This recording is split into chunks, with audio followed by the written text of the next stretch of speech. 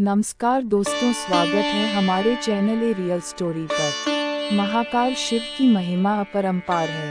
उन्हें प्रसन्न करने के लिए किसी खास प्रयास या पूजा पाठ की जरूरत नहीं होती, बल्कि सच्ची श्रद्धा और पूरे मन से किया गया प्रयास आपको भोलेनाथ की कृपा का पात्र बना सकता है। शायद यही वजह है कि अपने भक्तों के लिए महाकाल ने काल तक को भस्म कर दिया था। ऐसी ही एक कथा मिलती है हमारे धार्मिक ग्रंथों में, जिसे हम आपके साथ शेयर कर रहे हैं। मान्यता है कि भक्तों का चरित्र पढ़ने और सुनने से भोलेनाथ की असीम कृपा और पुण्य की प्राप्ति होती है। तो आइए जानते हैं। अगर आप महादेव का सच्चे भक्त हैं तो हमारे चैनल को सब्सक्राइब जरूर करें।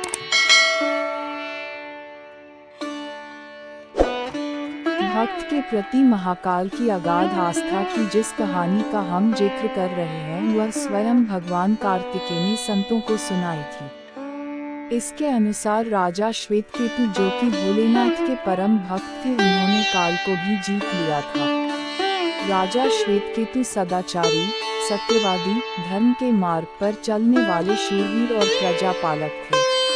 वह अत्यंत ही निष्ठा और प्रेम भाव से प्रजा का पालन और अगाध आस्था और श्रद्धा भाव से शिव भक्ति करते थे।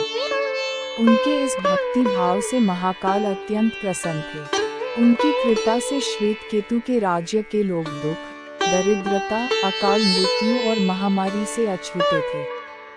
एक दिन जब राजा श्वेतकेतु का जीवन काल समाप्त होने को था और वह भोलेनाथ की आराधना में लीन थे, तब चित्रगुप्त ने यमराज से कहा कि राजा श्वेतकेतु की आयु अब पूरी हो चुकी है, अब उनके प्राण हरने का समय है। तब यमराज ने अपने दूतों को आज्ञा दी कि वे जाएं और श्वेतकेतु के प्राण हर लाएं। यमदूत राजा श्वेतकेतु के पास पहुंचे तो वह शिव मंदिर में थे। दूत बाहर ही खड़े हो गए। श्वेतकेतु गहरे ध्यान में थे। बहुत देर हो गई, न श्वेतकेतु का ध्यान टूटा न यह दूत हिले। दूत बिना अपना काम किए खड़े रहे। जब वे वापस नहीं पहुंचे तो यमराज ने विलंब होते देखा तो कालदंड संभाला और खुद चल पड़े। दूतों के आने में देरी होने के चलते यमराज स्वयं ही राजा श्वेतकेतु के प्राण हरने पहुंचे। लेकिन वहां उन्होंने देखा कि वह तो महादेव की साधना में लीन है।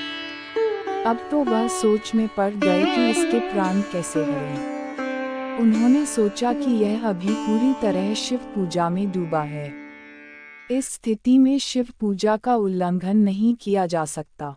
तब वह भी बाहर ही खड़े हो गए।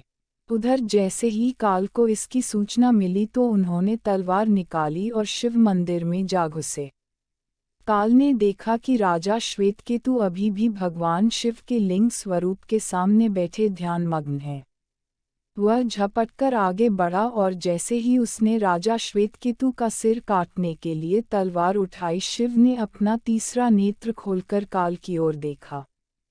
भोलेनाथ का तीसरा नेत्र खुलते ही काल वहीं राजा श्वेतकेतु के सामने जलकर भस्म हो गया।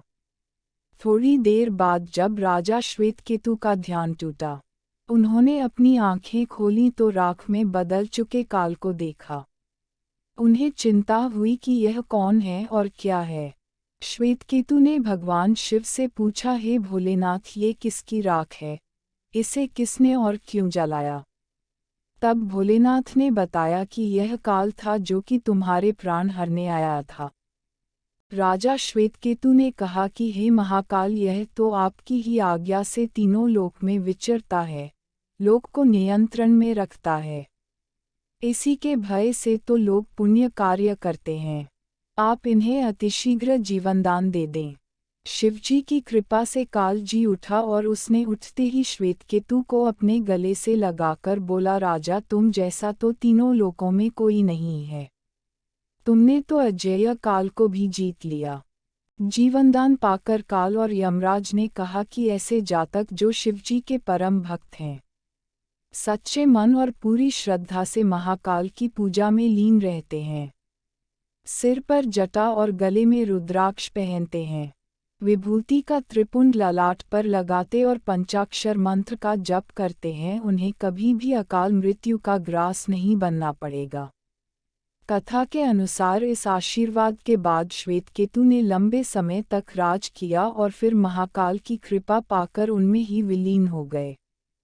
दोस्तों, उम्मीद करता हूँ महादेव का ये सच्ची कहानी आपको अच्छी लगी होगी। कहानी पूरी सुनने के लिए आपका धन्यवाद।